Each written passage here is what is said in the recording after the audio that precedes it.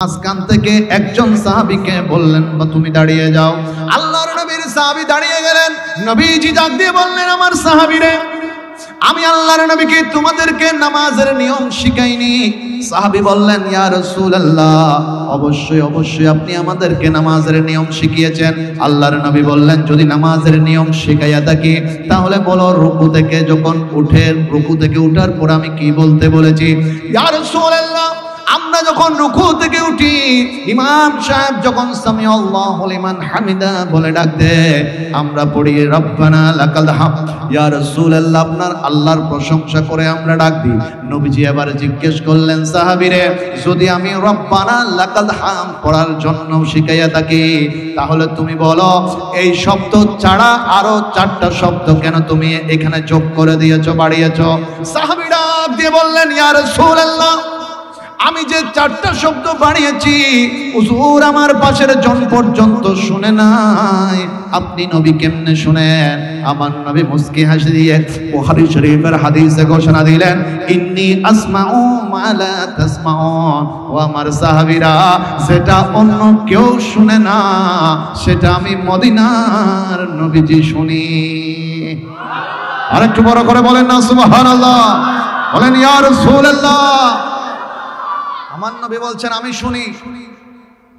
সাহাবা একরাম অবাক নয়নে তাকিয়ে আছেন। এতগুলি সাহাবা একরাম বসেছেন, এতজন বসেছেন, এতজন নামাজ পড়েছেন, কিন্তু রাসূল কাউকে ডাকতেন নাই, মাঝখান থেকে একজনকে তুলেছেন। সুবহানাল্লাহ। আরেকটু বড় করে বলেন না সুবহানাল্লাহ। তাহলে বুঝেন, আমরা যখন সামনে তাকাই পিছনে কি হয় দেখার ক্ষমতা নাই, কিন্তু নবীজি নামাজের মধ্যে ছিলেন, ইমামতির জায়গায় ছিলেন। কোথায়? মাঝখানে একজন সাহাবী 4টা জিকিরের শব্দ বাড়িয়েছেন, নবীজি সেখান থেকে আল্লাহ সেটাও শোনাইয়া দিয়েছেন। আর একটু মহব্বতে বলেন না সুবহানাল্লাহ। আল্লাহর নবীর সাহাবী ডাক দিলেন, ইয়া রাসূলুল্লাহ, আমার যদি ভুল হয়ে থাকে ক্ষমা করে দিন। আল্লাহর নবী বললেন, ক্ষমা হবে পরে, আগে তুমি একটু বলো, ওই 4টা শব্দ বাড়ানোর পিছনে তোমার কারণ কি? ওই সাহাবী এবার আমার নবীর সামনে 2 হাত জোর করে বললেন, ইয়া রাসূলুল্লাহ, আপনি বলেছেন ইমাম যখন সামিআল্লাহু লিমান হামিদা বলে ডাক দেয়, হুজুর আমাদেরকে পড়তে বলেছেন রব্বানা লাকাল হামদ। রব্বানা মানে হে আমাদের প্রতিপালক, লাকাল হামদ আপনারই প্রশংসা, আপনারই গুণগান, আপনারই তারিফ। ইয়া রাসূলুল্লাহ, এই ছোট্ট তারিফটা করে আমার মন তো ভরে না। ও মদিনার নবী, নামাজের মধ্যে আমি রুকু থেকে ওঠার পরে যদি শুধুমাত্র রব্বানা লাকাল হামদ বলে আমার মন ভরে না, আমার মনটা চায় আর একটু বেশি বেশি আল্লাহর জিকির করতে, আর একটু বেশি বেশি আল্লাহর প্রশংসা করতে আমার মনটা চায়।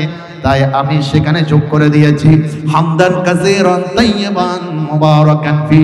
ইয়া রাসূলুল্লাহ, এই 4টা শব্দ আমি দুনিয়ার কারো মহব্বতে বানাইনি হুজুর, আমি আল্লাহর মহব্বতের কারণে বাড়িয়েছি। যদি ভুল হয়ে থাকে আপনি একটু ক্ষমা করে দিবেন। আমার নবী এবারে ডাক দিয়ে বললেন, ও আমার সাহাবী, তোমার এই 4টা জিকিরের শব্দ মহব্বতে বাড়ানোর কারণে আমার আল্লাহ তোমার নামাজের উপরে এত খুশি হয়েছে, 30 জন ফেরেশতা তোমার আমলগুলো ওই আসমানে নেওয়ার জন্য দৌড়াদৌড়ি শুরু করেছে। আরেকটু বড় করে বলেন না সুবহানাল্লাহ। বলেন, জিকিরের দাম আছে না নাই? আল্লাহর প্রশংসার দাম আছে না নাই? গুণগানের দাম আছে না নাই? আমরাও করতে রাজি আছি না নাই? হাসবি রাব্বি জাল্লাল মা ফি কলবি নূর মুহাম্মদ লা ইলাহা লা হাসবি রাব্বি মা ফি কলবি গায়রুল্লাহ নূর মুহাম্মদ।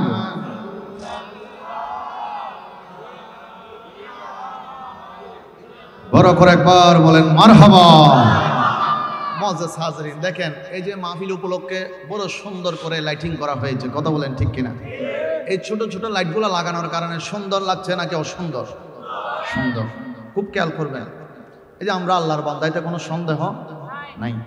যখন এখানে অনেক বাবা বসেছেন, সন্তানকে যখন বাবা কোনো কারণে একটা ডাক দেয় নাম ধরে, তখন সন্তান বাবা যখন একটা ডাক দিল তখন জবাব দিল একবার, বন্ধু যখন বন্ধুকে নাম ধরে একবার ডাক দেয়, বন্ধু জবাব দেয় একবার। ভাই যখন ভাইকে নাম ধরে ডাক দেয়, জবাব দেয় একবার। স্বামী যখন বিবিকে নাম ধরে ডাক দেয়, বিবি জবাব দেয় একবার।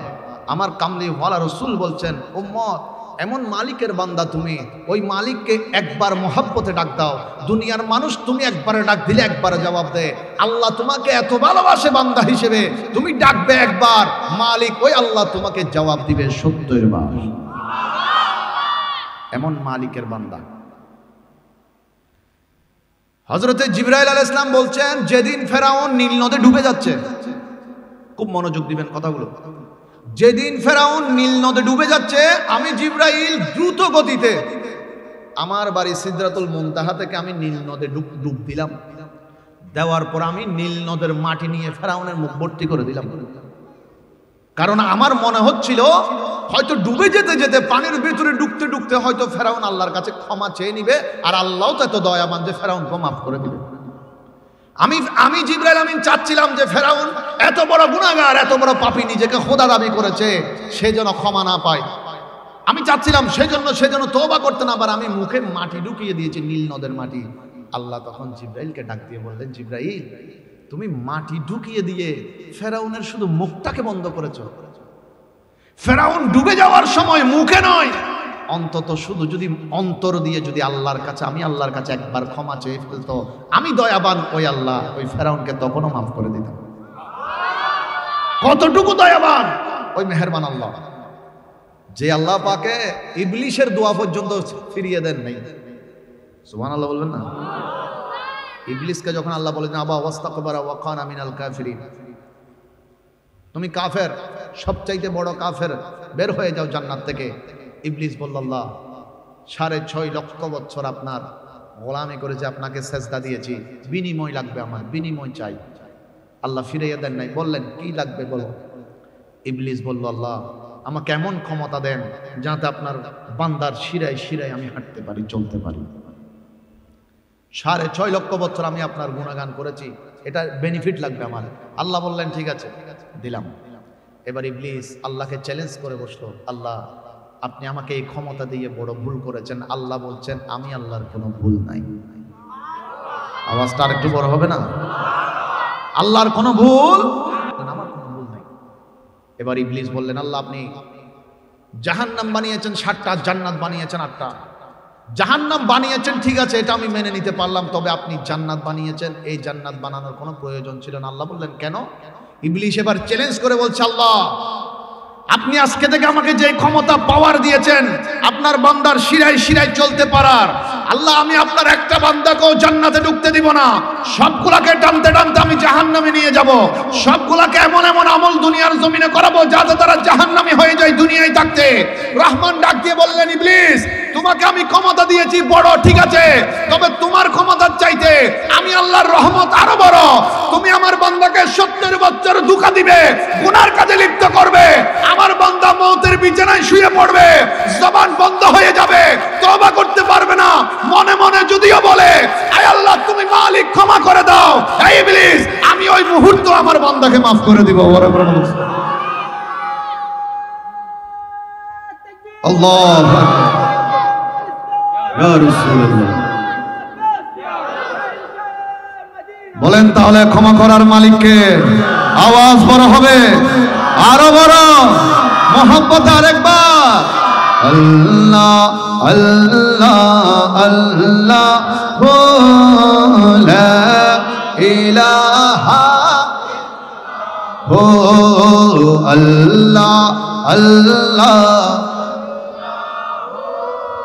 লা ইলাহা ইয়া রহমানো ইয়া আল্লাহ ইয়া রহিমো ইয়া আল্লাহ আল্লাহ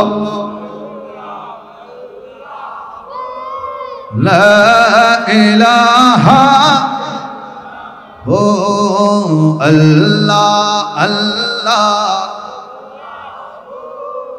লা ইলাহা লা ইলাহা ইল্লাল্লাহু মুহাম্মাদুর রাসূলুল্লাহ। সকলে বলুন সাল্লাল্লাহু আলাইহি। মুআজ্জাজ হাজির, এবার দেখেন এই যে ভাগ্যবান হয়ে নবীর উম্মত হয়ে দুনিয়া আসলাম। এমন অনেক নবীর উম্মত ছিল যারা রাতে গুনাহ করলে ফজর বেলা কপালে উঠে যেত। বিশেষ করে নূহ আলাইহিস সালামের যে উম্মতগুলোকে আল্লাহ ধ্বংস করে দিয়েছেন, তাদের এই অর্থাৎ তারা সমকামিতার মধ্যে এত বেশি লিপ্ত ছিল, আল্লাহ তাদের উপরে এত বেশি নারাজ ছিলেন যে তারা রাতের বেলা এই কাজগুলো করলে দিনের বেলা তাদের কপালে উঠে গেছে রাতে কি কাজ করেছে। সেই জন্য আমার নবী, রহমতের নবী, সেজদায় পড়েছেন। এই যে আজকে এতগুলি টাকা খরচ করে নবীর বাগান কেন সাজালেন, এটা একটা দলিল, এটা একটা উম্মতের জন্য দিলের খোরাক। আমরা এমন নবী পেয়েছি যে নবীজি কলমার দাওয়াত নিয়ে, ইসলামের দাওয়াত নিয়ে আরবের গলিতে গলিতে ঘুরেছেন। কোন নবী রাসূল এত কষ্ট উম্মতের জন্য করে নাই যতটা আমার নবী আমাদের জন্য করেছেন। সুবহানাল্লাহ। মুআজ্জাজ হাজিরিন, আমার নবী সেজদায় পড়লেন, ডাক দিয়ে বললেন, আয় আল্লাহ, আমার উম্মতের হায়াত কম হবে, আমার উম্মত গুনাহগার হবে, হায়াত কম। আল্লাহ, নূহ আলাইহিস সালামের উম্মতের মতো আমার উম্মত গুনাহ করলে কপালে তুলে দেওয়া যাবে না। আল্লাহ বললেন, ওয়ালা সাওফা ইউতিকা রাব্বুকা ফাতারদা। ইয়া রাসূলুল্লাহ, আপনি যা বলবেন তা হবে, যতক্ষণ রাজি হবেন না ততক্ষণ দিব, যা চাইবেন তা দিব, যতক্ষণ খুশি হবেন না ততক্ষণ দিব। বলেন কি চান? আমার নবী বললেন, আমার উম্মতকে তওবার সুযোগ দিতে হবে, সময় দিতে হবে। আল্লাহ বললেন, ইয়া রাসূলুল্লাহ, সময় দিলাম। নবীজি বললেন, আল্লাহ কতদিন সময় পাবে? আমার আল্লাহ ডাক দিয়ে বললেন, ইয়া রাসূলুল্লাহ, সে সারা জীবন তওবা একবারও করে নাই, মৌতের বিছানায় শুয়ে গেছে, সাকরাত শুরু হয়ে গেছে, মালাকুল মৌত আসার টাইম হয়ে গেছে। আপনার উম্মত তখনও যদি মন থেকে একবার বলে, আল্লাহ, তোমার নবীর উম্মত আমি বড় গুনাহগার, দুনিয়ার জমিনে ছিলাম, আজকে সব গুনাহ স্বীকার করে নিলাম, ইয়া মালিক, মাফ করার আর কেউ নাই, তুমি যদি নবীর উসিলায় তুমি ক্ষমা করে দাও। আমার আল্লাহ নবীকে ওয়াদা দিচ্ছে, ইয়া রাসূলুল্লাহ, ওই মুহূর্ত আজরাইল আসার আগে আগেও আমি আপনার উম্মতকে মাফ করে দেব। এমন দয়াল মায়ার একজন নবী আমি আপনি পেয়েছি। সেজন্য হযরতে মাওলা আলী শেরা খুদা রাদিয়াল্লাহু তাআলা আনহু বলছেন, নবীজি যখন ইন্তেকাল করলেন, নবীজিকে রওজা পাকে যখন শোয়াইয়া দিলাম, আমি আলী ভিতরে নামলাম নবীকে শোয়ানোর জন্য। নবীকে শোয়াইয়ে দিয়ে আমি যখন উঠে যাচ্ছিলাম, হঠাৎ দেখলাম একটা রহমতের বাতাস আসলো। নবীজির কাফন মোবারক থেকে, যেখানে নবীজির মুখ মোবারক রয়েছে, সেখান থেকে কাপড়টা একটু সরে গেল। আমি নজর দিয়ে দেখলাম আমার নবীজির নূরানি দুইটা ঠোঁট মোবারক নড়াচড়া করতেছে। সুবহানাল্লাহ। মাওলা আলী শেরা খুদা চিৎকার মেরে রাসূলের রওজায় ভিতর থেকে মাওলা আলী চিৎকার মেরে বলছেন, হে আমার সাহাবায়ে কেরাম ভাইরা, আমার নবী ইন্তেকাল করে নাই, দেখো আমার নবীর ঠোঁট মোবারক নড়াচড়া করছে, তার মানে নবী জিন্দা। হযরত ইবনে আব্বাস রাদিয়াল্লাহু তাআলা আনহু ডাক দিয়ে বলছেন, আলী, একটু দেখো না আমার নবী কি বলে, একটু শুনে দেখো আমার নবী কি বলে। মাওলা আলী বলছেন, আমি আমার ডান কানটাকে নবীজির ঠোঁট মোবারকের কাছে নিলাম, আমি সেখান থেকে শব্দের আওয়াজ শুনছি। আমার নবী কাফন মোবারক, শরীর মোবারকে পেঁচানো, জড়ানো, সেখান থেকে আমার নবী রওজায়ে পাকের ভেতর থেকে নবী ডাক দিয়ে বলছেন, রব্বি হাবলি উম্মতি উম্মতি উম্মতি।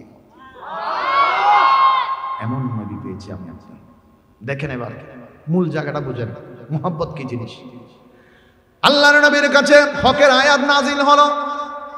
আল্লাহ বললেন, ইয়া রাসূলুল্লাহ, যখন কোন বান্দার হক কোন বান্দার কাছে থেকে যায়, আমি আল্লাহ ততক্ষণ ওই বান্দাকে ক্ষমা করতে পারবো না, গুনাহ মাফ করে দিতে পারবো। তবে কেউ কারো কোনো হক যদি রেখে দেয়, আমি সেটা ক্ষমা। একটু দরুদ শরীফ পড়েন, সালাতুন ইয়া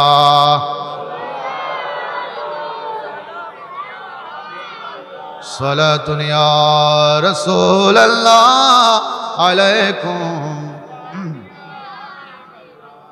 नूर वाला आया है, नूर ले आया है, सारे आलम में ये देखो नूर छाया है, सारे आलम रसूल अल्लाह सलातो वस्सलामु अलैका, अस्सलातु वस्सलामु अलैका या रसूल अल्लाह।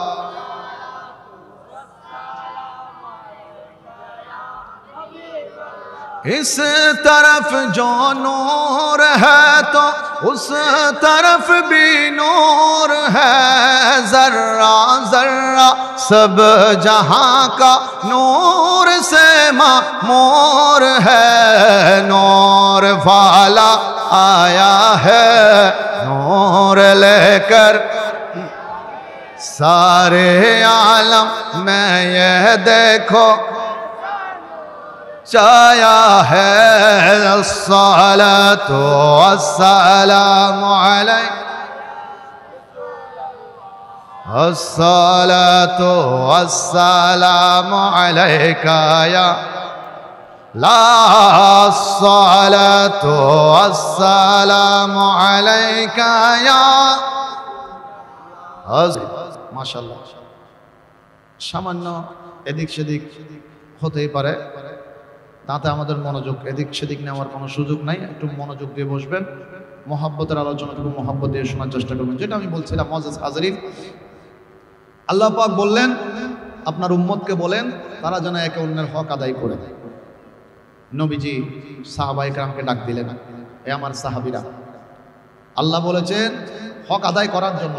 এখন আমি রসুল তো তোমাদের নেতা, তোমাদের ইমাম, এবার তোমরা একটু আমাকে বলো আমি রসুলের কাছ থেকে তোমরা কি কোনো হক পাবে? সমস্ত সাহাবায়ে কেরাম বললেন, ইয়া রাসূলুল্লাহ, এটা আপনি কি বলছেন?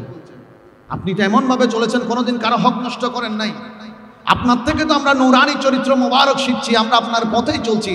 আপনার চরিত্র মোবারক তো স্বয়ং কোরআনে বলছে যে আপনার মতো দামি সুন্দর চরিত্র দুনিয়া তার কারোর মধ্যে নাই। সুবহানাল্লাহ। ইয়া রাসূলুল্লাহ, আপনার কোনো হক আমরা আপনার থেকে পাবো না। অনেকগুলো সাহাবায়ে কেরামের মধ্যে হযরত উসাইদ রাদিয়াল্লাহু তাআলা নামে একজন সাহাবী ছিলেন। ওই সাহাবীটা সকলের মধ্যখান থেকে দাঁড়িয়ে গেলেন, ডাক দিয়ে বললেন, ইয়া রাসূলুল্লাহ, আমি উসাইদ আপনি রসুলের কাছে একটা হক পাওনা রয়েছি। সুবহানাল্লাহ বলবেন না? সবাই বললেন পাবো না, কিন্তু উসাইদ রাদিয়াল্লাহু তাআলা বলছেন হুজুর আমি একটা হক পাবো। আল্লাহর নবী জিজ্ঞেস করলেন, উসাইদ কি হক তুমি নবীর কাছে পাবে? তোমার কি হক নবীজি নষ্ট করেছি বলো। এবার উসাইদ রাদিয়াল্লাহু তাআলা বলছেন, ইয়া রাসূলুল্লাহ, আমরা আপনি রসুলের সঙ্গে বিভিন্ন যুদ্ধের ময়দানে গিয়েছি হুজুর ইসলাম কায়েম করার জন্য। ইন্নাদ-দীন ইনদাল্লাহিল ইসলাম, আল্লাহর এই ধর্ম ইসলামকে প্রতিষ্ঠিত করার জন্য আপনার সঙ্গে সঙ্গে আমরা যুদ্ধের ময়দানে গেলাম। ইয়া রাসূলুল্লাহ, যখন আমরা আপনি রসুলের সাথে খন্দকের ময়দানের মধ্যে গিয়েছিলাম, খন্দকের ময়দানে তো যুদ্ধ হয়নি, মুসলমানরা একটা নালা খনন করেছে, পরিখা খনন করেছে, লম্বা প্রায় 9 কিলোমিটার লম্বা। আল্লাহর নবীজি সাহাবায়ে কেরামের পরামর্শ নিয়ে, বিশেষ করে সালমান ফারসি রাদিয়াল্লাহু তাআলা ওর পরামর্শ নিয়ে এই নালাটা খনন করেছেন। তিনি পরামর্শ দিয়েছেন, ইয়া রাসূলুল্লাহ, যুদ্ধ করে কোনো ফায়দা নাই, যুদ্ধ করতে গেলে তো মুসলমানদের কষ্ট বেশি হয়ে যায়, আরবের মানুষ তো সাঁতার পারে না। মক্কা শরীফ থেকে মদিনা শরীফ আসার যে মূল পয়েন্টটা রয়েছে, আমরা যদি সেখানে বড় একটা নালা খনন করে দিই তাহলে আরবের মানুষ সাঁতার কেটে তো আর এই পারে আসতে পারবে না, সুতরাং তখন আর যুদ্ধের প্রয়োজন হবে না। এবার হযরত উসাইদ বলতে লাগলেন, ইয়া রাসূলুল্লাহ, যখন আমরা ওই নালাটা খনন করতেছিলাম হুজুর তখন তো দুর্ভিক্ষের সময় ছিল, আমাদের ঘরের মধ্যে খাবার ছিল না। ইয়া রাসূলুল্লাহ, আমরা পেটের মধ্যে পাথর বেঁধে বেঁধে ওই পরিখা খনন করেছিলাম, আপনার সঙ্গে আমরা নালাটা খনন করেছিলাম। একজন সাহাবী ক্ষুধার যন্ত্রণা সহ্য করতে না পেরে একটা পাথর পেটে বেঁধে আমার নবীর কদমে সেটা দিয়ে বলছিলেন, ইয়া রাসূলুল্লাহ, আমি তো আর সহ্য করতে পারি না হুজুর, কয়েকদিন ধরে পেটের মধ্যে কোনো খানা পিনা নাই, শরীরের মধ্যে কোনো শক্তি নাই। ইয়া রাসূলুল্লাহ, আমি আর কাজ করতে পারছি না, দেখেন না আমার পেটের মধ্যে আমি একটা পাথর বেঁধেছি। দেখেন আমার নবী কেমন নবী, উম্মতের শিক্ষার জন্য আমার নবী এবার চাদর মুবারকটা উঠাইয়া দিলেন। সাহাবী দেখে দেখে বলতে লাগলেন, আমার নবী বলেন, সাহাবীরে তুমি পাথর বেঁধেছো মাত্র একটা, আর আমি মদিনার মুস্তাফা পাথর পেটের মধ্যে বেঁধে রেখেছি 2টা। সাহাবীকে কেমন করে সান্ত্বনা দিয়েছেন, কেমন করে শক্তি জুগিয়েছেন, কেমন করে আল্লাহর নবী যুদ্ধের ময়দানে যাওয়ার জন্য উৎসাহিত করেছেন সাহাবায়ে কেরামদেরকে। এবার হযরত উসাইদ বললেন, ইয়া রাসূলুল্লাহ, ওই যুদ্ধের ময়দানে খনন করার সময় আপনি সাহাবীদের একটা লাইন ঠিক করতেছিলেন, আমিও লাইনে দাঁড়িয়েছি।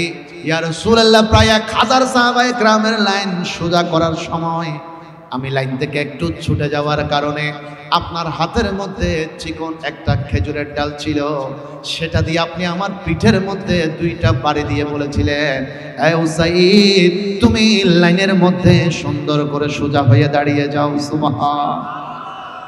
ইয়া রাসূলুল্লাহ, সেদিন আপনি আমাকে 2টা বাড়ি দিয়েছিলেন আস্তে আস্তে পিঠে, তার মানে এখন আমি সেই হকটা আপনার কাছে পাওনা আছি। ইসলামের নিয়ম হচ্ছে মারের বদলা। এখন আপনি যখন আমাকে 2টা বাড়ি দিয়েছেন, তার মানে এখন আমি পাওনা আছি, মানে আমি আপনাকে 2টা কি দিতে হবে। হযরত ওমর চোখ বড় করে ফেললেন উসাইদের দিকে দেখে, উসাইদ তুমি কি বলছো? আরনিবের মাথা বেশি ঠান্ডা আছিল না, বুঝছো না মাথায়?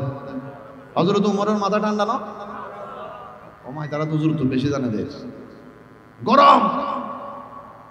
হযরত উসাইদ তাকিয়ে আছেন নবীর দিকে, জানামাইয়ে তাকাচ্ছেন না, কারণ তিনি জানেন এই কথাগুলো বললে সাহাবায়ে কেরামের রাগ হবে। আমার নবী সবাইকে শান্ত করলেন, সাহাবায়ে কেরাম তোমরা শান্ত হও, আমার উসাইদকে বলতে দাও। সুবহানাল্লাহ, হকের বিষয়। আচ্ছা বা জানে বুঝিবে লোক যারা এলাকার চেয়ারম্যান সাহেবেরও যদি চেয়ারম্যান সাহেবে কেউ দুয়ো বাড়ি দিয়ে দিলে না, তো একজনে যাই যদি হয় চেয়ারম্যান সাহেব বাড়ি অধীনে দুয়ো দিলেন, দেখো না অন্তর ফতি আছি, চেয়ারম্যানের খবর দিনে দুয়ো দিলাম তো সময় ইমানলা ভিতরে সবাই পেলা মাথাও না, দুয়ো দিলাম তো সময়ইল, এখন আরো 10 বাড়াই এনে দম ভরিব। আল্লাহর নবী সাহাবায়ে কেরামদেরকে শান্ত করলেন, বললেন উসাইদ তুমি বলো। বললেন ইয়া রাসূলুল্লাহ আমি আপনার কাছে পাওনা আছি, আপনি আমাকে 2টা বেতের বাড়ি দিয়েছেন খেজুরের চিকন ঢাল দিয়ে। আল্লাহর নবী বললেন আমার বেলাল কোথায়? বেলাল হাবশী কাছে আসলেন, বেলাল একটা তাড়াতাড়ি খেজুরের চিকন ডাল নিয়ে আসো। চিকন ডাল আনা হলো, হযরতে উসাইদের হাতের মধ্যে দাও। আল্লাহর নবীর হুকুম মোতাবেক হযরতে বেলাল হাবশী উসাইদের হাতে দিলেন। সাহাবায়ে কেরাম বড় বড় চোখ করে তাকিয়েছেন, হায় হায় উসাইদ এটাকে হাতে নিচ্ছে কেমন করে। সাহাবায়ে কেরাম অবাক, কারণ হযরত উসাইদ রাদিয়াল্লাহু সত্যি সত্যি নবীকে কোনো আঘাত করছে কিনা। আমার নবী তাকিয়ে আছে। এবার উসাইদ ডাক দিয়ে বললেন ইয়া রাসূলুল্লাহ যেদিন আপনি আমাকে পিঠের মধ্যে বাড়ি দিয়েছিলেন হুজুর দুর্ভিক্ষের সময় আমার শরীরে কোনো জামা ছিল না। হুজুর আমার শরীরে কোনো জামা ছিল না, আমি খালি গায়ে ছিলাম, আমার পিঠ খালি ছিল, আপনি খালি পিঠের উপর বাড়ি দিয়েছিলেন। এখন আমি তো আপনাকে মারতে এসেছি, তবে আপনার নূরানি চাদর মোবারক তো শরীরের মধ্যে পেঁচানো আছে, তার মানে হুজুর এখন তো হক আদায় হবে না। এই কথা বলতে দেরি আমার নবী সাল্লাল্লাহু আলাইহি ওয়াসাল্লাম নিজের চাদরটা হযরত বেলাল হাবশীকে দিয়ে দিলেন। নবী যখন খালি পিঠ হয়ে গেলেন, হযরত উসাইদ নবীর পিছনে গিয়ে দাঁড়ালেন। হাতের যেই লাঠি ছিল, হাতের যেই ছোট্ট খেজুরের চিকন ডাল ছিল, জমিনে ফেলে দিলেন। 2 হাত জোর করে নবীর পিঠ মুবারকে হাত লাগিয়ে দিলেন, চুমু দিতে শুরু করলেন। নবী বললেন এই উসাইদ এসেছিলে মারার জন্য, এখন চুমু দিচ্ছে কেন? উসাইদ বললেন ইয়া রাসূলুল্লাহ কোনদিন আপনাকে খালি গায়ে দেখার সুযোগ পাই নাই, আপনার পিঠ মুবারকে মোহরে নবুয়ত আছে এটা দেখার সুযোগ পাই নাই, চুমু দেওয়ার সুযোগ পাই নাই। আজকে যখন একটা সুযোগ পেলাম বাহানা দিয়ে সেটাকে একটু জবান দিয়ে চুমু দিয়ে দিলাম। বড় করে বলুন আল্লাহু আকবার। ইয়া রাসূলুল্লাহ মুআজ্জাজ হাজিরিন দেখেন তাহলে মহব্বতটা কেমন, নবীর প্রতি তাজিমটা, মহব্বত, ভালোবাসাটা কেমন। মোহরে নবুয়তের জবানটা লাগিয়ে দিয়েছেন, কারণ নবীজির মোহর মুবারকের মধ্যে জবান লাগলে ওই জবানটা তো বড় দামি হয়ে যায়। আরেকটু বড় করে বলবেন না সুবহানাল্লাহ। সেই জন্য আল্লাহর নবীর প্রথম মুয়াজ্জিন হযরত বেলাল হাবশী রাদিয়াল্লাহু তাআলা অসম্ভব কালো রঙের একজন সাহাবী ছিলেন, কিন্তু তারপরেও আল্লাহর নবী এমন মর্যাদা ওনাকে দিয়েছেন। যেদিন আল্লাহর নবী মক্কা বিজয় করলেন, আল্লাহ কোরআনে বলেছেন ইন্না ফাতাহনা লাকা ফাতহাম মুবিনা বলে যখন আল্লাহ ডাক দিয়েছেন, আল্লাহর নবী আযান দেওয়ার জন্য হযরত বেলাল হাবশীকে স্বয়ং আল্লাহর ঘর হানায়ে কাবার ছাদের উপরে তুলে দিয়েছেন। সুবহান। ইসলামের মধ্যে কালো, ধলো, সন্না, সুন্দর, অসুন্দর, শ্যামলা, ফর্সা এগুলার কোনো ভেদাভেদ ইসলামের মধ্যে নাই। কোরআনের ফয়সালা হচ্ছে তার কলব দেখতে হবে, তার কলবে আল্লাহ এবং নবী আছে কিনা। এই কলবটাই আল্লাহর কাছে দামি, এই অন্তরটা আল্লাহর কাছে দামি। মুআজ্জাজ হাজিরিন বেলাল হাবশী রাদিয়াল্লাহু তাআলা আযান দিতেন জমিনে, আর ওনারা আযান শোনা যেত লামা গানে। আওয়াজ দিয়ে বলবেন না সুবহানাল্লাহ। আরেকটু বড় করে বলেন না সুবহানাল্লাহ। সেই জন্য আমার বাবারা নুজাতুল মাজালিস কিতাবে আল্লামা ইমাম সাবুরী রাহমাতুল্লাহ আলাইহি হাদিস কানা নোট করেছেন।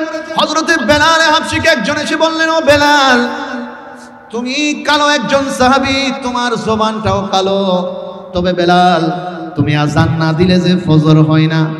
ও হযরতে বেলাল, তোমার জবানটা এমন দামি হয় কেমন করে তুমি আজান দাও জমিনে, ওই আজানটা শোনা যায় লামাকানে। বেলাল কিভাবে সম্ভব?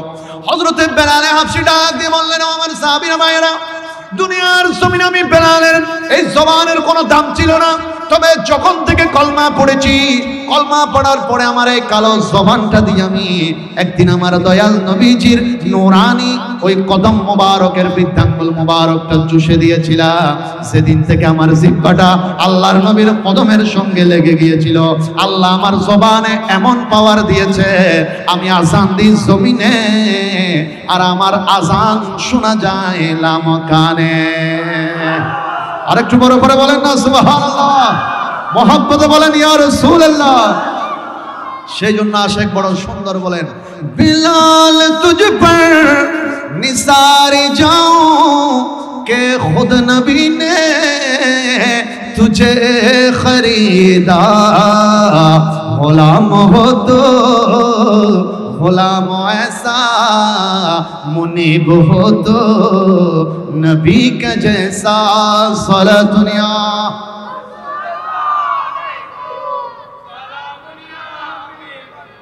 মুআজ্জাজ হাজরিন, তাহলে নবীজির তাজিম, নবীজির মোহাব্বত, এটা মেরাজ শরীফের রাত থেকে প্রমাণিত। মেরাজ শরীফের রাতেও আল্লাহ পাক রব্বুল আলামিন জিবরাইল আমিনকে দিয়ে দয়াল নবীজির নূরানি কদম মোবারকের মধ্যে ঠোঁট মোবারক লাগিয়ে, জিবরাইল আলাইহিস সালামের প্রায় 1000 বছর আগে যে প্রশ্ন আল্লাহকে করেছিলেন, আল্লাহ আমার ঠোঁট ঠান্ডা রেখেছো কেন, ঠান্ডা করে বানিয়েছো কেন আমার ঠোঁট, জিবরাইল আলাইহিস সালাম প্রশ্ন করেছিলেন আল্লাহর দরবারে। আল্লাহ বলছেন, জিবরাইল উত্তর দেওয়ার সময় এখনো হয় নাই, সময় হলে আমি উত্তর দিব। তো মেরাজের রাতে যখন উম্মে হানি রাদিয়াল্লাহু তাআলা আনহার ঘরের মধ্যে নবীজি আরাম করছিলেন, শুয়ে আছেন, চোখ মোবারক বন্ধ, জিবরাইল আসলেন, ওনার ঘরের ছাদটাকে ফাঁক করলেন, জিবরাইল ঢুকলেন। তখন বললেন, আল্লাহ পাঠিয়েছেন নবীকে মেহমান বানিয়ে নেওয়ার জন্য, আপনার নবী তো চোখ মোবারক বন্ধ আরাম করছে। আল্লাহ আমি যদি ডাকতে যাই, যদি বেয়াদবি হয়ে যায়, তাহলে তো আমি জিবরাইল ফেরেশতার নাম থেকে ক্যান্সেল হতে পারে। আল্লাহ আপনি উপায় বলেন, আমি কি করব? আল্লাহ তখন ডাক দিয়ে বলছে, জিবরাইল মনে আছে প্রশ্ন করেছিল একটা, তোমার ঠোঁট কেন ঠান্ডা বানিয়েছি? জিবরাইল আজকে উত্তর জানার সময় এসে গেছে। একটা কাজ করো, তোমার ঠান্ডা দুইটা ঠোঁট দিয়ে কাব্বিল কদমাই হে, আমার নবীর কদমে একটু ঠোঁট গোলাকে লাগাইয়া দাও। ঠান্ডা ঠোঁট যখন নবীর কদমে লাগবে, নবী চোখ খুলে ফেলবে। মুআজ্জাজ হাজরিন, তাজিমে মুস্তাফা। যাই হোক, আমি সেদিকে যাচ্ছি না, একটা মূল আলোচনার জন্য আপনাদের খেদমতে এসেছি, একটু মনোযোগ দিবেন। যুদ্ধের ময়দানে সাহাবায়ে কেরাম গিয়েছেন, বিভিন্ন যুদ্ধ করেছেন। আল্লাহ নবী সাল্লাল্লাহু আলাইহি ওয়াসাল্লাম ওহদের ময়দানে গেলেন, ওহদের যুদ্ধে গেলেন। সাহাবায়ে কেরাম ডাল হয়ে নবীজির সামনে এমন ভাবে দাঁড়িয়েছেন, এতগুলো তীর আসতেছে, একবারও নিজের জানের পরোয়া করছেন না নবী কামলিওয়ালাকে হেফাজতের জন্য। আরেকটু বড় করে বলেন না। সারা ভারতবর্ষের মধ্যে, উপমহাদেশের মধ্যে সবচাইতে হাদিস বর্ণনাকারী যিনি বেশি, সবচাইতে হাদিসের খেদমত যিনি বেশি করেছেন, যতগুলো ইসলামী দল আছে, যাকে সবচাইতে বড় মহব্বত করেন, মাদারেজুন নবুওয়াত কিতাবের মতো একটা কিতাব যিনি লিখেছেন, হযরত শেখ আব্দুল হক মুহাদ্দিস দেহলভী রাহমাতুল্লাহ আলাইহি, তিনি মাদারেজুন নবুওয়াত কিতাবের মধ্যে হাদিস কানা নোট করেছেন। আল্লাহর নবী উহুদের যুদ্ধের ময়দানে গেলেন, সাহাবায়ে কেরাম নবীর সামনে ডাল হয়ে দাঁড়িয়ে রইলেন। এক একটা তীর আসতে লাগলো নবীর দিকে, সাহাবায়ে কেরাম তীর থেকে নবীকে বাঁচাতে লাগলেন। হঠাৎ করে একটা তীর এসে নবীজির একজন যুবক সাহাবী, যার নাম হযরতে কাতাদা রাদিয়াল্লাহু তাআলা, ওনার চোখের মধ্যে একটা তীর এসে ঢুকে গেছে। হযরতে কাতাদার চোখ বেয়ে রক্ত পড়তে শুরু করেছে। তারপরেও তিনি নবীর সামনে থেকে সরে যান না, কারণ তিনি যদি সরে যান, হয়তো আমার নবীর নূরানি জিসিম মুবারকের মধ্যে একটা তীর প্রবেশ হতে পারে। নবীর মহব্বতে তিনি ওইখান থেকে সরে না। আল্লাহর নবীকে নিরাপদ জায়গার মধ্যে নিয়ে গেলেন। হযরতে কাতাদার চোখ বেয়ে রক্তগুলো ঝরে, তিনি যন্ত্রণা সহ্য করতে পারে না, কষ্ট সহ্য করতে পারে না। হযরতে কাতাদা মনে করলেন, তীরটা হয়তো বের করে ফেললে আমার কষ্টটা কমে যেতে পারে। তিনি তীরটাকে যখন টান দিলেন বের করার জন্য, ওই তীরের সঙ্গে সঙ্গে ওনার চোখটাও বের হয়ে গেছে।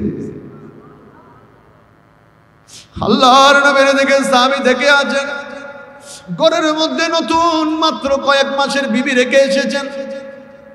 আল্লাহর নবীর দিকে দেখে কাতাদা চিৎকার মেরে বললেন, ইয়া রাসূলুল্লাহ, আপনার কাতাদার দিকে একটা নজর দিয়ে দেখেন।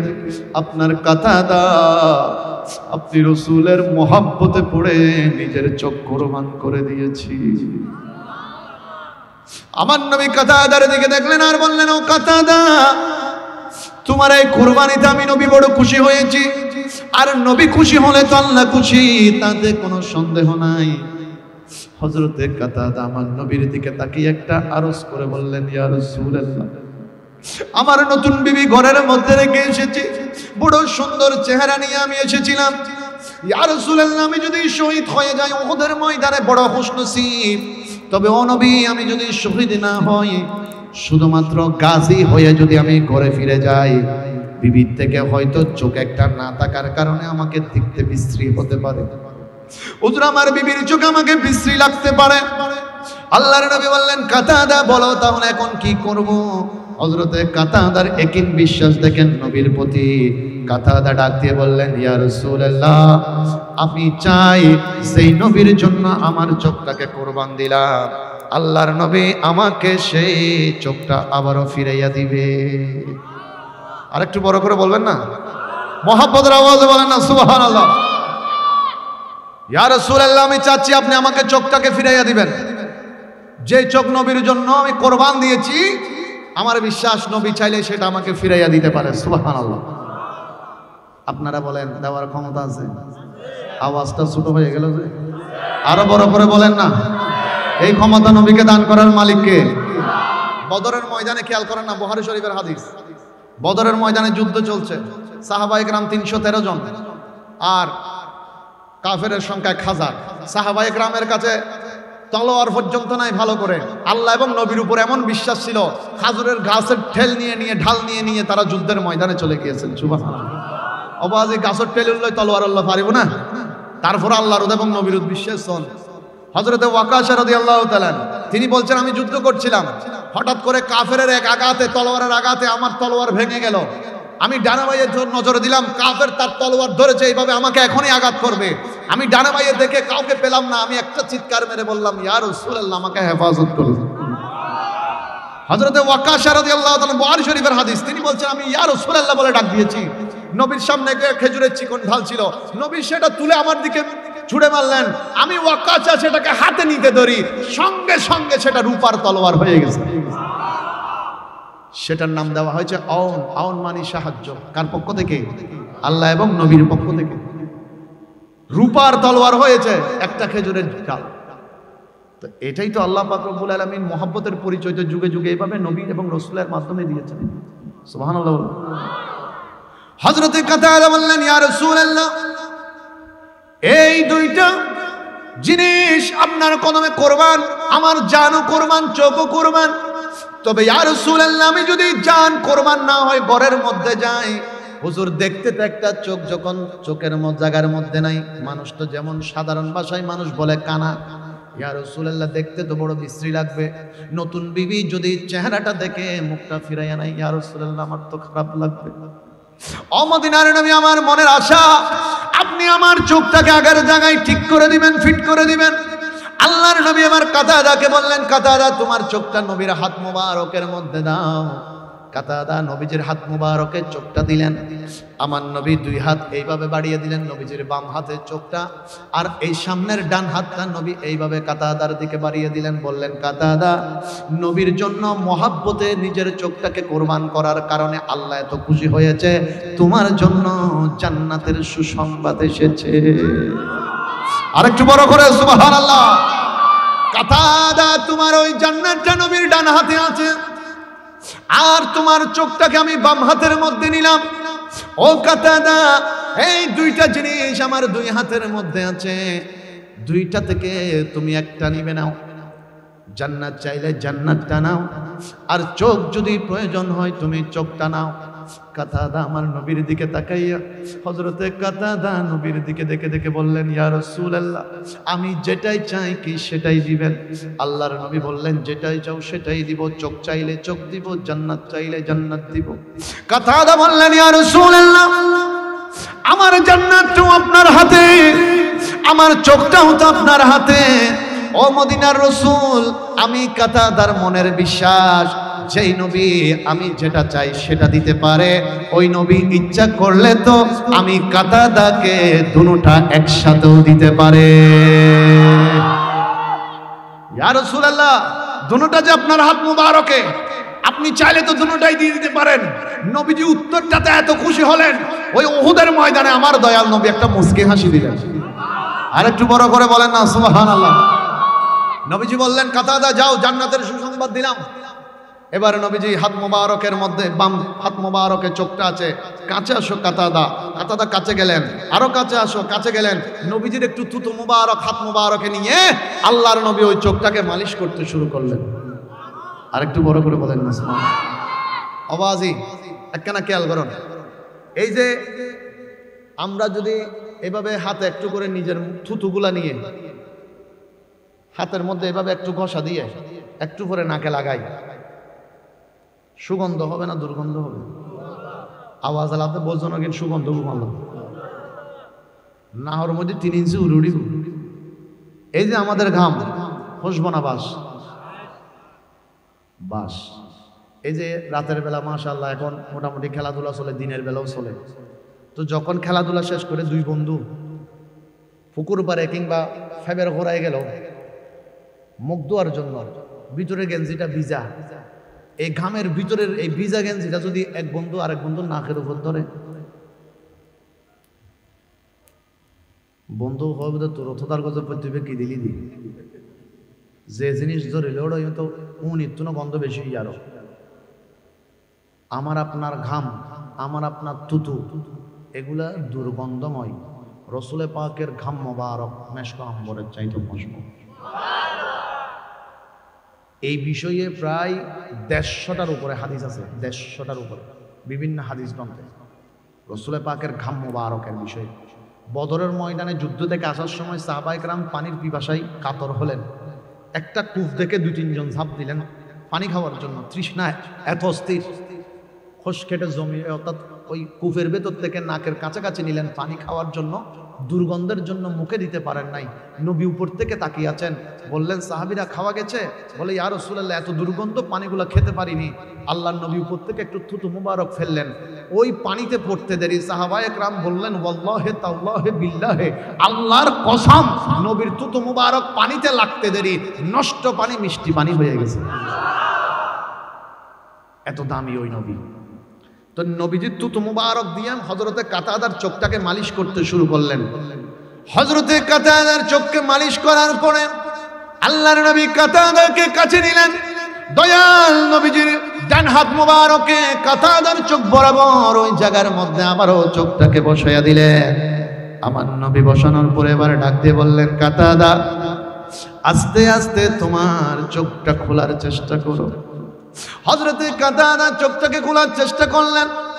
চোখ খোলার পর আল্লাহর নবী বললেন, ও কাতাদা, কেমন দেখতেছো তুমি, কেমন দেখা যায়? কাতাদা বললেন, ইয়া রাসূলুল্লাহ, আমার বাম চোখটা কখনো ডিস্টার্ব হয় নাই, এটা আগে থেকে ভালো ছিল।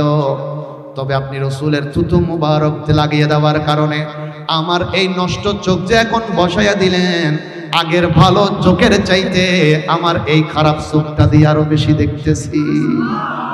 আর একটু বড় করে বলেন না সুবহানাল্লাহ। এবার গভীর মনোযোগ, দয়াল নবীজি ডাক দিয়ে বললেন, কাতাদা, ডানে দেখো দেখা যায়? বলেন হুজুর দেখা যায়। বাঁয়ে দেখো দেখা যায়? ঠিকঠাক দেখা যায়। সামনে পিছে দেখা যায়? হুজুর ভালো করে দেখছি। আল্লাহর নবী এবার বললেন, কাতাদা, একটু উপরের দিকে দেখো ঠিকঠাক দেখা যায় কিনা। কাতাদা উপরের দিকে দেখে। আল্লাহর নবী বলছেন, কি দেখছো? কাতাদা চিৎকার মেরে বলছেন, ইয়া রাসূলুল্লাহ, যে চোখটা নষ্ট হয়েছিল আপনার থুতু মুবারক দিয়ে লাগিয়ে দেওয়ার কারণে কিছুক্ষণ আগে যে জান্নাতের ওয়াদা আপনি দিয়েছেন, আমি উহুদের ময়দানে দাঁড়িয়ে দাঁড়িয়ে ওই জান্নাতের রাস্তা পর্যন্ত দেখতেছি। সুবহান আল্লাহু আকবার।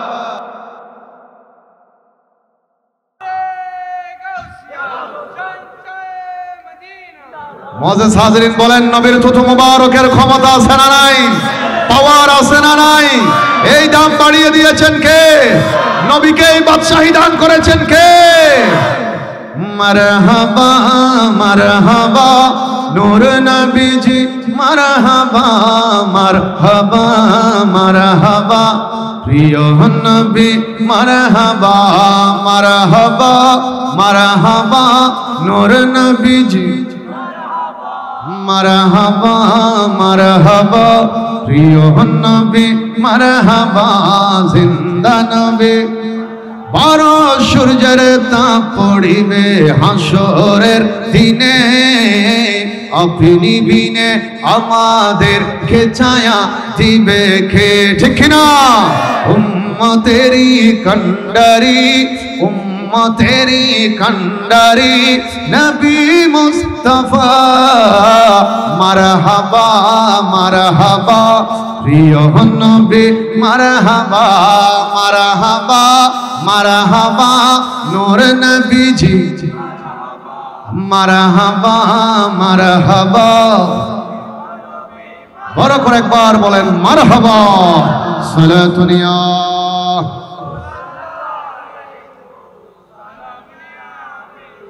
মুআজ্জিজ হাজিরিন, দেখেন সাহাবায়ে কেরাম ওনাদের চলাফেরা, চরিত্র মোবারক, যেহেতু আল্লাহ নবীজি হাদিসে মোবারকার মধ্যে বলেছেন, আসহাবি কান্নুজুম বিআইহিম ইক্তাদাইতুম ইক্তাদাইতুম, আমার একজন সাহাবীকে তুমি অনুসরণ করো, তুমি নিঃসন্দেহে জান্নাতের পথ পেয়ে যাবে। আরেকটু বড় করে বলেন না সুবহানাল্লাহ। দেখেন মুআজ্জিজ হাজিরিন, হযরত উসমান রাদিয়াল্লাহু তাআলা নবীর কাছে আসলেন, দুইজন মেয়েকে শাদী মোবারক করেছেন, হযরত রোকায়া, হযরত কুলসুম। নবীর দুইজন মেয়েকে হযরত উসমান রাদিয়াল্লাহু তাআলা, নবীজির মেয়ে ছিলেন মোট কয়জন? অনসায়ান হনাওয়া, 4 জন। নবীজি সেজন্য বলেছেন, যেমন আমাদের দেশে আমরা মেয়ে হলে অনেক সময় মনটাকে একটু ছোট করি, কারণ বাবা আমাদের দেশে যে নিয়ম, মেয়ে বিয়ে দিতে বাপত্তন প্রয়োজন পড়ে, হন না? এত আর মন্টন মানসিকতা মাই হইলে মন খারাপ হয়ে যাবে। আর নবী হদ দেয়, তোমার তো নুগ্য মাইয়া দুনিয়া তাই সি আয় আল্লাহ নবী তোমারে নিজুরাতে একখান জান্নাতের ওয়াদা দিস, এবারে সঠিকভাবে লালন পালন করে তুমি বিয়ে সাথে দি ফেলো, নেককার ফরাদত পৌঁছাই দাও, আই রাসূল তোমারে নিঃসন্দেহে জান্নাতের ঠিকানা দি ফেলে। সুবহানাল্লাহ। তোমার আছে দুবো মাইয়ি, আর নবী এবার আঙ্গুল মোবারক লারিয়ে সাহাবায়ে কেরামের হদ দেয়, এইভাবে দুমা আঙ্গুল চাইলে হাসাহাসি, তোমার আছে দুবো মাই ফই তুই বন্ন করছো, আই নবী হদ দি তুই জান্নাতত, আই নবী লাইলে হাসাহাসি তাই বেদে। সুবহানাল্লাহ। মুআজ্জিজ হাজির, দেখেন এই যে আল্লাহ রাসূল সাল্লাল্লাহু তাআলা আলাইহি ওয়াসাল্লামের কাছে হযরত উসমান আসলেন, ইয়া রাসূলুল্লাহ, আমি নামাজের টাইমে তো নামাজ পড়ি ঠিক, আগে এক্সট্রা সময় ছিল, আমি নামাজের সময় বাদে অন্য সময়ে অনেক সময় পেতাম যেখানে আমি নফল ইবাদত করতাম, জিকির আজকার করতাম, ইবাদত বন্দেগী করতাম, আল্লাহকে খুশি করার অনেক কাজ করতাম। ইয়া রাসূলুল্লাহ, তবে আমি এই মুহূর্তে আমার ব্যবসা এত বেশি বেড়ে গেছে হুজুর, আমি ইবাদতের সময় কম পাচ্ছি, ফরজগুলা ঠিকই আদায় করছি, তবে আমি নফল ইবাদত করার সময় পাচ্ছি না। তো নবী বললেন, উসমান আমি কি করব? বললেন, ইয়া রাসূলুল্লাহ, আপনি একটা পথ বাতাইয়া দেন, যেটা করলে আমার ওই ধন সম্পদ কিছুটা কমে যাবে, কারণ আমি যেটা ধরি সেটা, আমি যদি মরা ধরি সেটাও জিন্দা হয়ে যাচ্ছে। সুবহানাল্লাহ। আমি যদি কয়লা ধরি সেটাও স্বর্ণ হয়ে যাচ্ছে। হুজুর আপনি একটু কমাই দেওয়ার ব্যবস্থা করেন। সুবহানাল্লাহ। আর কোনোদিন কমাইতে হইম না, হইতে কেন আর কেন বাড়িব? উসমান রাদিয়াল্লাহু তাআলা, ইয়া রাসূল কেন হমিব? আল্লাহ নবী বললেন, উসমান আগামীকাল থেকে তুমি একটা কাজ করিও। কি কাজ? দুপুর বেলার খাবার তুমি ঘোড়ার উপর খেলে, রাতের বেলার খাবার তুমি উটের উপর খাবে, অথবা দুপুর বেলার খাবার যদি তুমি উটের উপর খাও, রাতের বেলার খাবার তুমি ঘোড়ার উপর খাবে। 1 সপ্তাহ চলে গেল, উসমান আসলেন রাদিয়াল্লাহু তাআলা, ইয়া রাসূলুল্লাহ, আপনি যেভাবে বলেছেন সেভাবে করেছি, এখন কমা তো অনেক দূরের কথা, মনে হচ্ছে আরো বেড়ে গেছে। আর একটু বড় করে বলেন না। এগুলো কতগুলি লজিক, খুব খেয়াল করেন। আল্লাহ নবী বললেন, উসমান যেটা বলেছে এটা কি করো নাই? হুজুর করেছি। আমার নবী বললেন, উসমান তো তুমি খাওয়ার সময় যখন ঘোড়ার উপর কিংবা উটের উপর খাও, তোমার খাওয়ার সময় যদি হঠাৎ করে লোকমা থেকে সামান্য কিছু অংশ যদি জমিনের দিকে পড়ে যায়, তুমি কি করো? একটা দানা যদি পড়ে যায়? হযরত উসমান বললেন, ইয়া রাসূলুল্লাহ, আমি যদিও ঘোড়ার উপর কিংবা উটের উপর থাকি, আমার যদি একটা ভাতের দানা কিংবা কোনো খাবারের একটা অংশ জমিনে পড়ে যায়, সাথে সাথে আমি ঘোড়ার থেকে নেমে তাড়াতাড়ি সেটা তুলে নিয়ে হুজুর পরিষ্কার করে একটু ধুইয়ে আমি সেটা আবার খেয়ে ফেলি। আমার নবী বললেন, উসমান আল্লাহর দেওয়া রিজিককে সম্মান করার কারণে আল্লাহ তোমার রিজিক আরো বাড়িয়ে দিচ্ছে। এই রিজিক আর কমার সুযোগ নাই। এবার আমার সাথে মিলান, আপনার সাথে মিলান। আপনি কোনো মেজবানিতে গেলাম অথবা বিয়ের অনুষ্ঠানে গেলাম, একসাথে ক্লাবের মধ্যে আমাদেরকে 12 জন অথবা 6 জন একসাথে খাবার দিল, সব আত্মীয় স্বজন, বড় দামি দামি পোশাক পরে সবাই এসেছে, আমিও গিয়েছি, আপনিও গিয়েছেন। এখন আমাকে একজন মহব্বত করে ভাত নিয়ে দিচ্ছে, 2টা 3টা 4টা 5টা 10টা 15টা ভাত ওইখানে টেবিলে পড়ে গেছে। এখন আমার তো লজ্জা লাগছে, হাই হাই, আমি তো একটু তুলতে গেলে ওই পাশ থেকে আরেকজন দেখবে, মনে হয় আমাকে একটা খাদক বলবে, আমাকে বিশ্রী বলতে পারে, লজ্জায় আমি সেটা তুলে নিচ্ছি না। নবী বলছে তোমার রিজিকটা যখন পড়ে গেছে, সম্মান যখন করতে জানো নাই, তোমার রিজিক আরো কমে যাবে, বরং তুমি উঠায় নাও, সম্মান করো। আল্লাহর দেওয়া রিজিককে ইজ্জত করলে, সম্মান করলে রিজিক কমবে না, আল্লাহ আরো বাড়াইয়া দিবেন। সুবহানাল্লাহ। সুতরাং আজকে থেকে লজ্জা পরিহার করতে হবে। আপনি ভাত পড়ে গেছে, তুলে নেন, প্রয়োজন হলে ধুয়ে নেন, সমস্যা নাই, তারপরে উঠাইয়া নেন। এটা আপনার কাছ থেকে যেটা পড়ে গেছে, এটা আপনার রিজিক থেকে সরে গেছে, এটাকে সম্মান করতে হবে। মুআজ্জাজ হাজরিন, দেখেন মাওলায়ে কায়নাত মাওলা আলী শের খুদা রাদিয়াল্লাহু তাআলা ঘরের মধ্যে কোনো খানাফিনা নাই। মা ফাতেমা বললেন, প্রাণের স্বামী হযরত আলী, ঘরে যে কোনো খানা নাই, আপনি যদি কিছু একটা ব্যবস্থা করেন। মাওলা আলী গেলেন, আরবের মধ্যে পুকুর নেই, কূপ আছে, পানি তুলতে হয় অনেক কষ্ট করে। মাওলা আলী এক ইহুদির কাছে গেলেন, ইহুদির কাছে গিয়ে কথাবার্তা হচ্ছে, ব্যবসার কথা। কিরকম? মাওলা আলী বলছেন, ভাই তোমার ঘরে কোনো কাজ আছে? তিনি বললেন, আছে। কূপ থেকে পানি তো উঠাতে পারি না আলী, সারা জগতের মধ্যে তোমার শক্তির একটা কি আছে, তোমার শক্তির একটা বোল আছে। যেমন আমাদের দেশেও দেখবেন কোনো ভারী কাজ কেউ করতে গেলে ডাক মারে, ইয়া আলী বলে। কথা বলেন না, শোনেন নাই? কারণ এটা একটা রেওয়াজ হয়ে চলে এসেছে। কারণ মাওলা আলী শের খুদা রাদিয়াল্লাহু তাআলা আল্লাহ এমন পাওয়ার দিয়েছেন, শক্তি দিয়েছেন, যেই দরজাটা 40 জনে মিলে আলগাইতে পারে না, সেটা তিনি বাম হাতে আলগাই ফেলছেন। সুবহানাল্লাহ। যুদ্ধের ময়দানে এমন পাওয়ার, এমন ক্ষমতা আল্লাহর পক্ষ থেকে ওনাকে দেওয়া হয়েছে। তো ইহুদি বলছে, আলী আপনি আমাকে যদি 1 বালতি পানি তুলে দেন, এটা অনেক গভীরের কূপ, আমার কূপটা অনেক গভীরের, 1 বালতি তুলে দিবেন, বিনিময়ে আমি আপনাকে 2টা করে খেজুর দিব। মাওলা আলী বললেন, আমি রাজি। আমার সময় একটু কম, তাই আমি দ্রুত যাচ্ছি, খুব খেয়াল করেন, এগুলো সুর দিয়ে বলতে গেলে অনেক সময় লাগবে। মাওলা আলী এবার তুলতে লাগলেন, 2টা করে খেজুর পেতে লাগলেন। এবার 2টা করে খেজুর জমতে জমতে ওনার 2টা হুঁশ পুরাই গেল, বরাবর হাত বরাবর হলো, মোটামুটি কমপ্লিট হলো। মাওলা আলী শের খুদা রাদিয়াল্লাহু তাআলা এবার গিয়ে বললেন, ভাই আমার কাজ শেষ, আমি আর কাজ করব না। আইয়ো মাশাআল্লাহ, আমি আর কি করব না, কাজ করব না। এবার ইহুদি তো সাধারণ মানুষ, লোভ প্রত্যেক মানুষের ভেতর আছে। এখন ইহুদি বললেন, আলী এতক্ষণ 1 বালতিতে 2টা করে খেজুর দিয়েছি, এখন যদি আপনি আরো কয়েক বালতি তুলে দেন, যতগুলি আপনার হাতে জমা আছে 1 বালতির বিনিময়ে ততগুলো করে দিব। আর একটু বড় করে বলেন না। মাওলা আলী শের খুদা ডাক দিয়ে বললেন, আমার ইহুদি ভাই, আর কাজ সামনের দিকে আগানো, তুমি জবান খুলে আল্লাহর শুকরিয়া আদায় করে বলো, আয় আল্লাহ, তুমি চাইলে আমাকে এই মানুষটার মতো হাত ছাড়া দুনিয়ায় পাঠাতে পারতে, তবে এত দয়া করেছো, আমাকে স্বয়ং সম্পূর্ণ করে দুনিয়ায় পাঠিয়েছো। এটার নাম শুকরিয়া। নবীজি বলছেন, শুকরিয়া যত বেশি করবে আল্লাহ তত বেশি দান করবে। সুবহানাল্লাহ। মাশাআল্লাহ। আজকের মাহফিলের প্রধান বক্তা আমার স্নেহের ছোট ভাই সৈয়দ মারুফ আল কাদরি মাদ্দাজিল্লাহু আলাইহি এসেছে। মুআজ্জাজ হাজরিন, আপনারা শেষ পর্যন্ত বসার চেষ্টা করবেন। আমি শুরুতেই বলেছি, আমার আরেকটা মাহফিল থাকার কারণে মোটামুটি প্রায় 11টা 3 হয়ে গেছে। আমি 5 থেকে 7 মিনিট আপনাদের খেদমতে আছি, আপনারা শেষ পর্যন্ত বসবেন, হুজুরদের আলোচনা শুনবেন। এই মুহূর্তে যারা আমরা এখানে বসেছি, প্রত্যেকের মাথার উপরে কিন্তু ওই গুনার বোঝা। আমার আপনার গুনাহগুলো যদি এক সাইডে জমা করতে যাই, পাহাড়ের চাইতে উঁচু হয়ে যাবে। কথা বলেন না, ঠিক কিনা? যেরকম হাদিসে মোবারকার মধ্যে তিরমিজি শরীফ এসেছে, মানুষ যখন নামাজে দাঁড়ায় যায়, ফেরেশতা এসে আমলগুলো মাথার উপর তুলে দেয়, গুনাহগুলো। যখন রুকুতে যায়, সামান্য করে এগুলো ঝরে পড়তে থাকে, আর যখন সেজদায় চলে যায়, একেবারে জমিনে পড়ে যেতে থাকে। নামাজের আগে আমরা উযু করি না? উযু করলেও সগীরা গুনাহ কি হয়ে যায়? আমরা যার মাযহাব মিল্লাত মানি, হযরতে আবু হানিফা ইমামে আজম রাদিয়াল্লাহু তাআলা যার মাযহাব অনুসরণ করে আমরা নামাজ পড়ি, ওনার সামনে একজন যুবক উযু করছিলেন। উযু যখন শেষ, তিনি যুবকটাকে কাছে ডাকলেন, মাথায় হাত বুলিয়ে দিয়ে বললেন, বাবারে, গতকালকে কি তুমি ওই গুনাহটা করেছো? যুবকটা অবাক হয়ে গেলেন, হুজুর আমি গুনাহ করেছিলাম, তবে ঘরের দরজা বন্ধ করেছিল, কেউ তো দেখে নাই, আপনি কেমনে বুঝলেন? ইমামে আজম বললেন, আমি খেয়াল করে দেখেছি তুমি উজু করার সময় তোমার হাত বেয়ে ওই গুনাহটা জমিনে ঝরে গেছে। এটা দিয়ে দুইটা কথা প্রমাণিত, একটা হচ্ছে আমি আপনি যা গুনাহ করেছি উজু করলে সেটা জমিনে ঝরে যায়, সেটা ঝরে পড়ে যায়। দুই নম্বর যেটা, সেটা হচ্ছে আমরা এমন একজনের মাযহাব মানি যিনি মানুষের গুনাহ ঝরে যাওয়ার সময় ওই গুনাহটা পর্যন্ত চোখ দেখার মতো ক্ষমতা আছে। আরেকটু বড় করে বলেন না। এবার আসেন মুআজ্জাজ হাজিরিন, আমরা এমন নবী পেয়েছি, এমন নবীর উম্মত, যে উম্মতের মতো দামি কোনো উম্মত দুনিয়াতে নাই।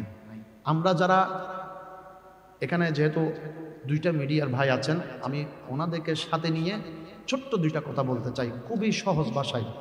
আপনারা যারা ফেসবুক ব্যবহার করেন, আপনারা দেখবেন চট্টগ্রামের বাইরের একজন আলেম, সুন্নি ঘরানার, উনিও ইয়া নবী সালাম পড়েন, দরুদ সালাম পড়েন, নবীকে নূর নবী বলেন, আউলিয়া কেরামের ভালোবাসা সব ঠিক আছে, তবে উনি একটা জিকির করেছে হিম হে এই টাইপের।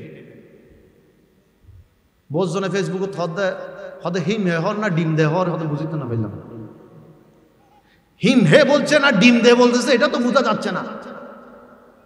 ইসলামকে, সুন্নিয়তকে কলঙ্কিত করার কারো কোনো অধিকার? আমি খুব ঠান্ডা মাথায় কথাগুলো বলছি, আপনারাও বুঝেন।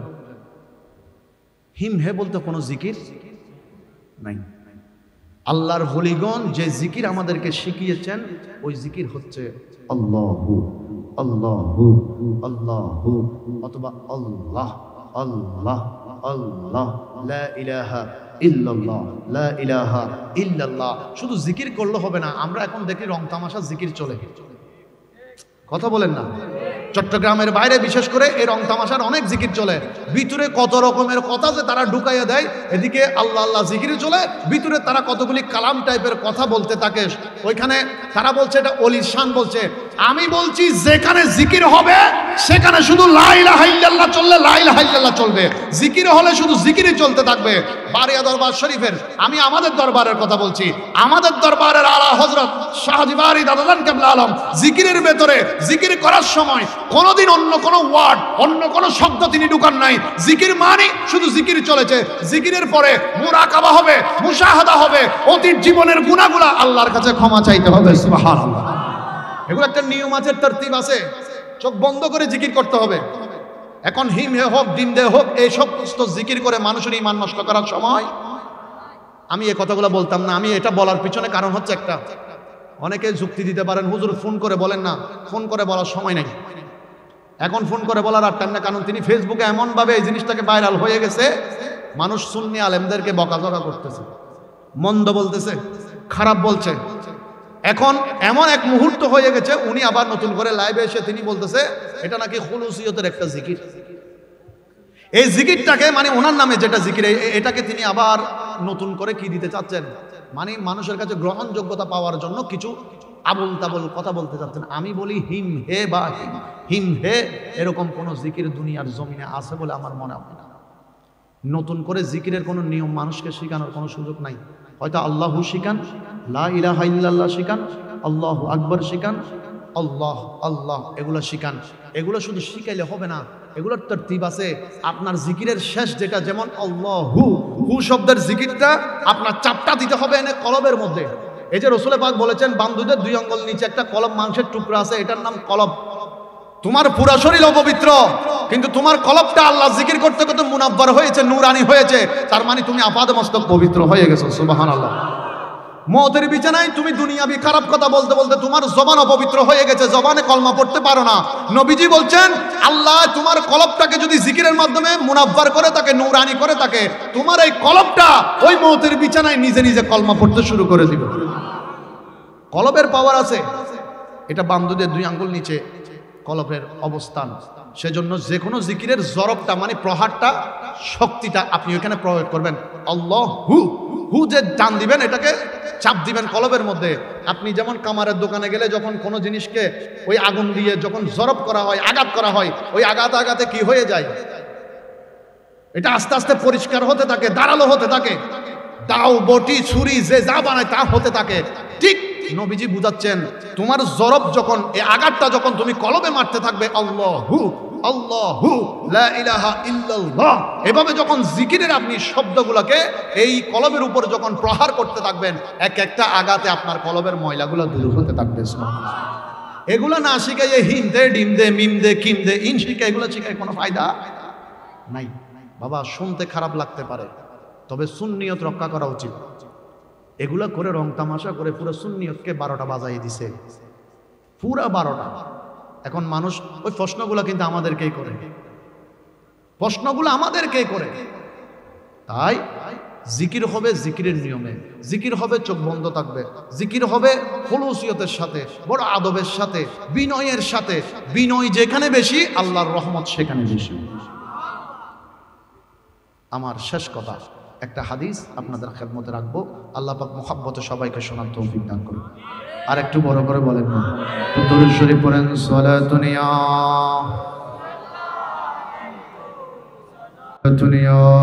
রাসূলুল্লাহ আলাইকুম সালামুন ইয়া। আচ্ছা ঠিক আছে, আমি আর সামনের দিকে না যাই, যেহেতু আমাদের আজকের মাহফিলের সম্মানিত প্রধান অতিথি হুজুরও নাকি এসে গেছেন। যেহেতু আমার ভাইও কিছুক্ষণ আলোচনা করার অবশ্যই প্রয়োজন আছে, প্রধান বক্তা আয় তো ওনারা হাসাবাজি প্রায় সময় আসি ঘুরে ফিরি, আয় তুই তারা দর দিতে চাইলে হালি বারবার হয়ে দিই এক হুজুরের ওয়াইজ আর খবরও নিবেন, শেষ করেন হাসগুলো। তো যাই হোক, আপনারা মহব্বত করে দাওয়াত করেছেন, মহব্বতে এসেছি। একটা কথাই শেষ কথা হিসেবে বলে যায়, যেহেতু হাদিসটা আর বলার সুযোগ হলো না সময় সংক্ষিপ্ততার কারণে।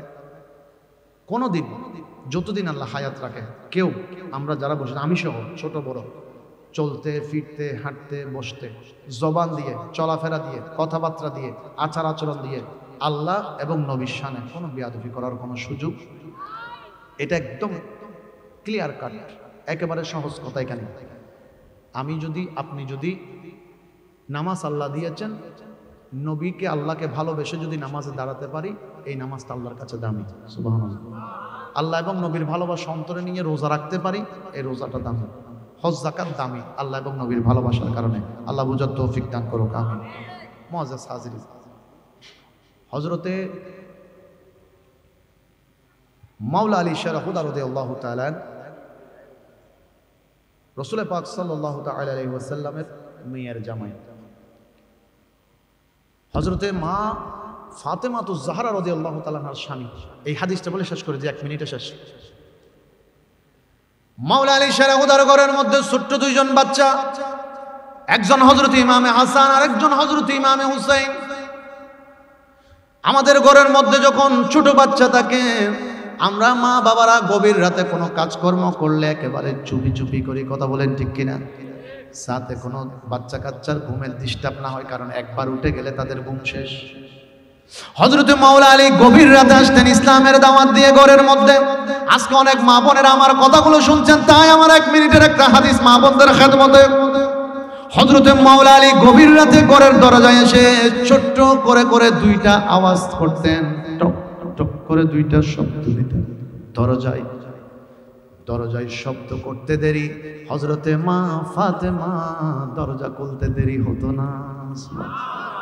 মা ফাতেমা মানে কোন মহিলা? সারা পৃথিবীর জমিনের মধ্যে যতগুলো মহিলা দুনিয়ায় এসেছেন, যারা জান্নাতের মধ্যে যাবেন, সমস্ত জান্নাতি মহিলাদের যিনি সরদারিনী, তিনি হচ্ছেন আল্লাহর নবীর মেয়ে মা ফাতেমা। মাওলা আলী জিজ্ঞেস করলেন, ও ফাতেমা, গভীর রাতে আমি ইসলামের দাওয়াত দিয়ে ঘরের মধ্যে আসলাম, বিছনা থেকে উঠে এসে দরজা খুলতে তো কিছুক্ষণ সময়ের দরকার ছিল। ফাতেমা, আমি টুকা আস্তে আস্তে দিয়েছি যাতে বাচ্চাদের ঘুমের ডিস্টার্ব না হয়। ফাতেমা, এত তাড়াতাড়ি কেমনে তুমি দরজাটা খুলে দিলে?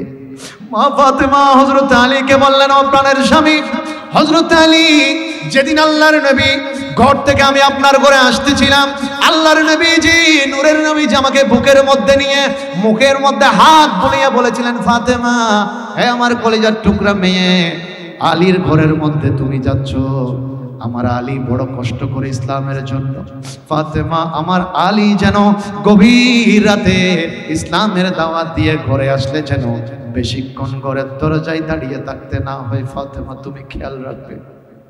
ও হযরত আলী, যেদিন থেকে আল্লাহর নবী আমাকে বলেছেন আপনাকে যেন ঘরের দরজায় বেশিক্ষণ দাঁড় করতে না হয়, ইয়া হযরতে মাওলা আলী, তাই আপনি যখন ঘরের বাইরে থাকেন, আমি গভীর রাতে সন্তানদেরকে ঘুম পাড়ানোর পরে আমার পিঠটাকে ঘরের দরজার সঙ্গে লাগাইয়া রাখি। কখন আমার স্বামী হযরত আলী ঘরের মধ্যে আসবে, আর হযরত আলী আসলে যেন ঘরের দরজায় আঘাত করে বেশিক্ষণ দাঁড়িয়ে থাকতে না হয়। ও হযরত আলী, তাই আমি আমার পিঠটাকে ঘরের দেওয়ালের সঙ্গে দরজার সঙ্গে লাগাইয়া দিই। আপনি যেই টুকাটা দেন দরজার মধ্যে, সেটা মূলত দরজায় পড়ে না, সেটা আমি মা ফাতেমার পিঠের মধ্যে পড়ে। স্বামী স্ত্রীর মহব্বত। আল্লাহ আমাদের যারা এখানে স্বামী স্ত্রী আমরা আছি, আল্লাহ পাক প্রত্যেক স্বামী স্ত্রীকে একে অন্যকে ইজ্জত সম্মান দেওয়ার, মর্যাদা দেওয়ার আল্লাহ পাক তৌফিক দান করুক, আমিন। আরেকটু বড় করে বলেন আমিন। মজা সাজেন, আমি কালামিয়া বাজার আরেকটা জায়গার মধ্যে দোয়া নিতে যেতে হবে। যাই হোক, আমার ভাইয়ের সাথে আগেও কথা বলেছি, সময়ের সংক্ষিপ্ততার কারণে এর থেকে বেশি যাওয়ার সুযোগ নাই। মোহাব্বতের একটা পরিচয় দিব। এই যে মাঝখান থেকে এটা ডান পাশ, সেটা বাম পাশ, এই বাঁশগুলা থেকে প্রথমে ডান দিকে যারা আছেন তারা একটা মোহাব্বতের আওয়াজ দিবেন।